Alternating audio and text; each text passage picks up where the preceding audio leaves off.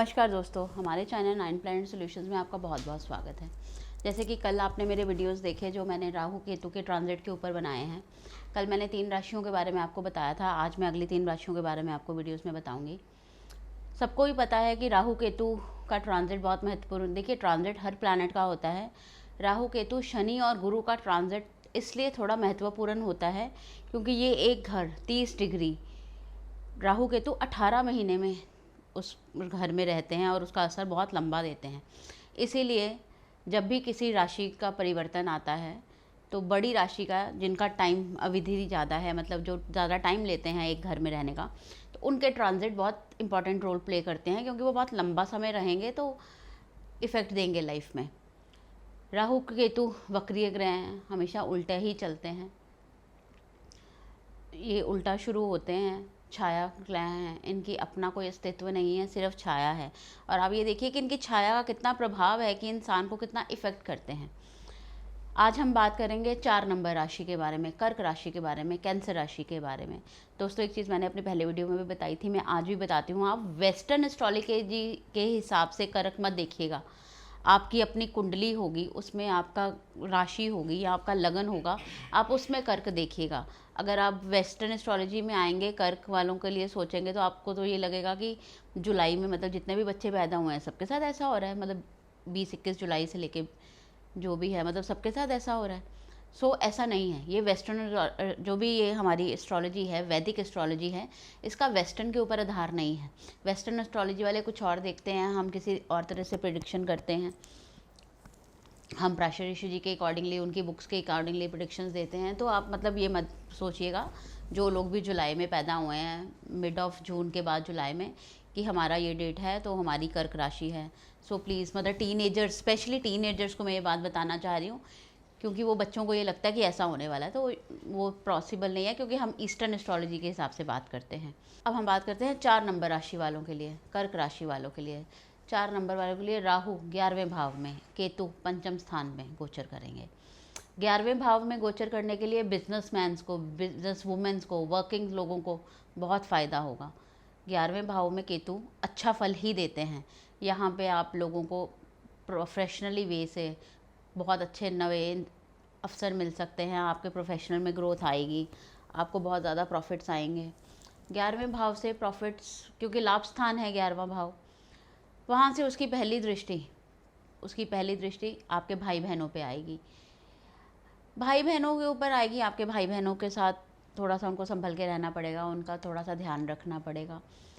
भाई, आपका confidence level, social circle बहुत बढ़ जाएगा, कॉन्टैक्ट्स बहुत बढ़ जाएंगे। लेकिन इस टाइम पे ये ध्यान रखिएगा कि आपकी ये पहली राहु की पंचम दृष्टि तीसरे घर में आ रही है, तो सोशल सर्कल जो आप अपना बनाएंगे वो अपने स्टेटस को देखते हुए आगे बढ़ाइएगा।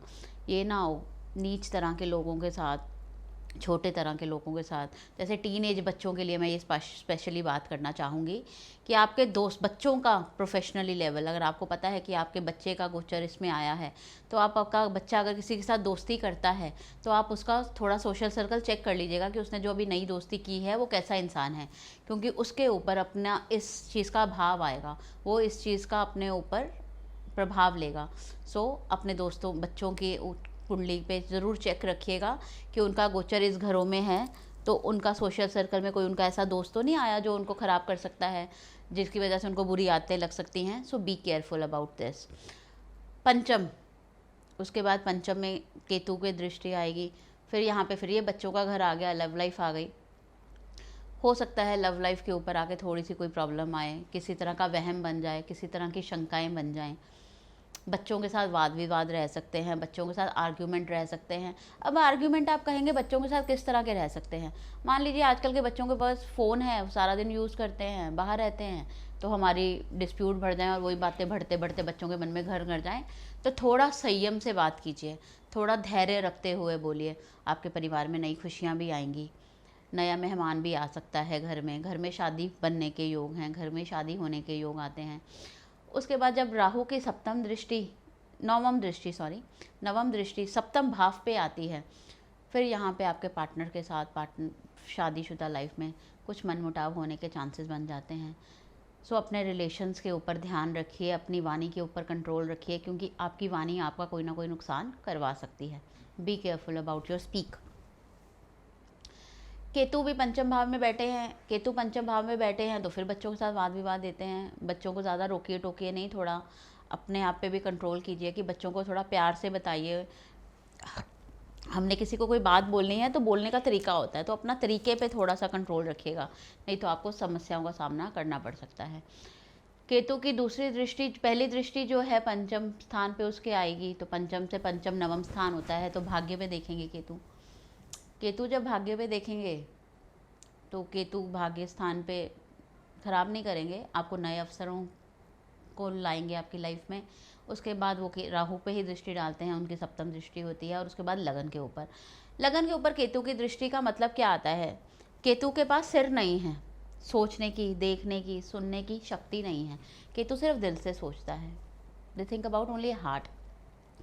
तो अगर आप कोई भी नई प्लानिंग कर रहे हैं, कोई भी नया काम सोच रहे हैं, तो उसके लिए दिमाग बहुत ज़रूरी है। सो बी केयरफुल किसी भी तरह की नई इन्वेस्टमेंट के लिए, नए रिलेशंस के लिए, नए रिश्तों के लिए थोड़ा सा सावधान रहिए। सिर्फ दिल से मत सोचिए, दिमाग से भी काम रखिएगा, नहीं तो आपको किसी तरह के नुकसान के ऊपर आपको प्रॉब्लम आ सकती है। सो बी केयरफुल।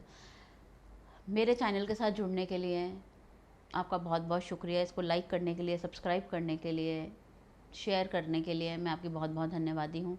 अभी थोड़ी देर बाद हमारा दूसरा वीडियो, अगला वीडियो आएगा सिंह राशि के ऊपर। फिर हम आपको सिंह राशि के ऊपर का इस परिवर्तन का भाव बताएंगे। अगर किसी को नहीं पता हमारी राशि क्या है या क्या नहीं है और वो जानना चाहते हैं, तो नीचे दिए नंबर पे हम पे संपर्क कर सकते हैं, हम उनकी इस चीज़ में हेल्प कर सकते हैं। सो धन्यवाद दोस्तों, दोबारा मिलते हैं थोड़ी देर में मेरे नगले वीडियो में। शुक्रिया।